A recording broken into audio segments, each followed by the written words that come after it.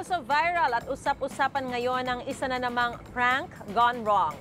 Kamuntik-muntikan pang mabaril ng isang rumesponding pulis sa mga vlogger na nagsagawa ng peking pandurukot para sa vlog content. Naalarma rin ang publiko dahil ginawa ito sa mataong lugar.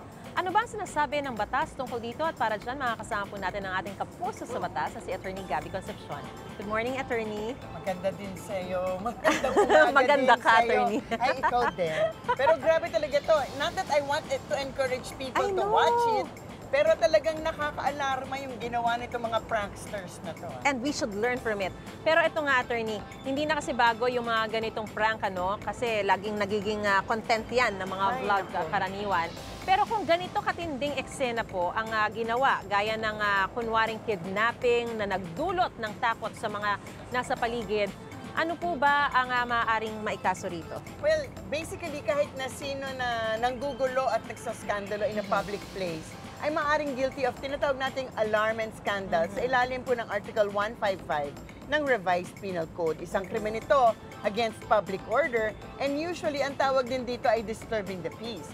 Pero sa palagay ko, kung mas matindi o mas intense ang panggugulo sa publiko, maaari ito maging isang krimen na ang tawag ay tumults and other disturbances of public order na mas mataas ang penalty sa ilalim ng ating Revised Penal Code.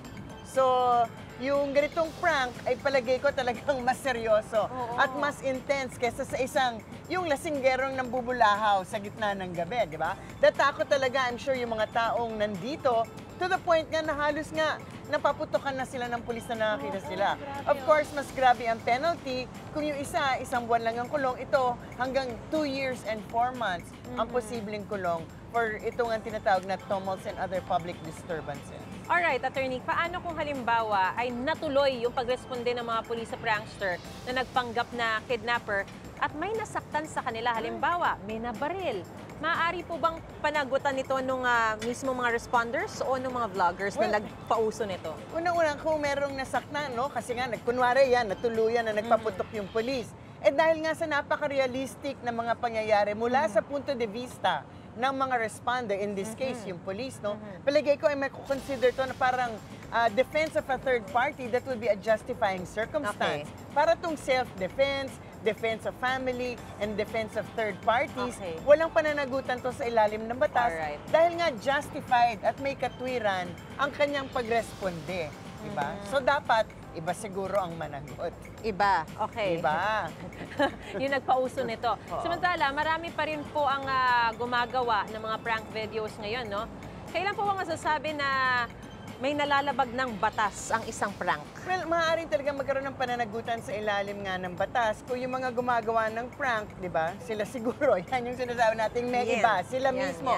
Kung meron ng nasaktan, may namatay, nagkaroon ng damage to property, hindi na natin masasabi na yung pangyayari ay isang aksidente lang po yan. Hindi naman po namin inaasahan na magkakaroon ng masamang resulta. Hindi namin, we didn't want it to happen, di ba? Parang hello. Ma-anticipate natin na sa maraming pagkakataon, maaaring magkaroon talaga ng reaction ng mga tao sa prank na maaaring magresulta sa pananakit o pananakot, di ba? That's the whole point of the prank ng mga vlogger na to, na merong kakatawan ng reaksyon o resulta para maging mabenta sa mga manonood nito. Pero dahan-dahan nga, napakarami na ng mga prank gone wrong.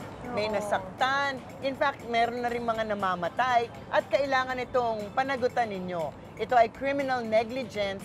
Sa palagay ko, ang magiging kaso at pananagutan nyo pa lahat ng mga damages dito tulad ng pagpapa-ospital, pagpapalibing, lost income, lost yung value ng property na nasira ninyo. So it's not an excuse kasi dapat na foresee ninyo na magkakaroon talaga ng reaction ng mga tao. At ganitong consequence, diba, para yan yung mga prank call na merong bomba sa isang eskwela.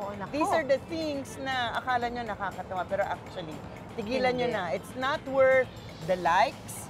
It's not worth the shares. So many views and shares on social media. At saka may kaso yung halimbawa may prank na may bomba. Correct. Tandaan niyo yan mga kapuso. Iba pang separate na kaso separate pa yan. Ayan. Maraming salamat po sa inyo, Attorney Gabby, and happy Monday.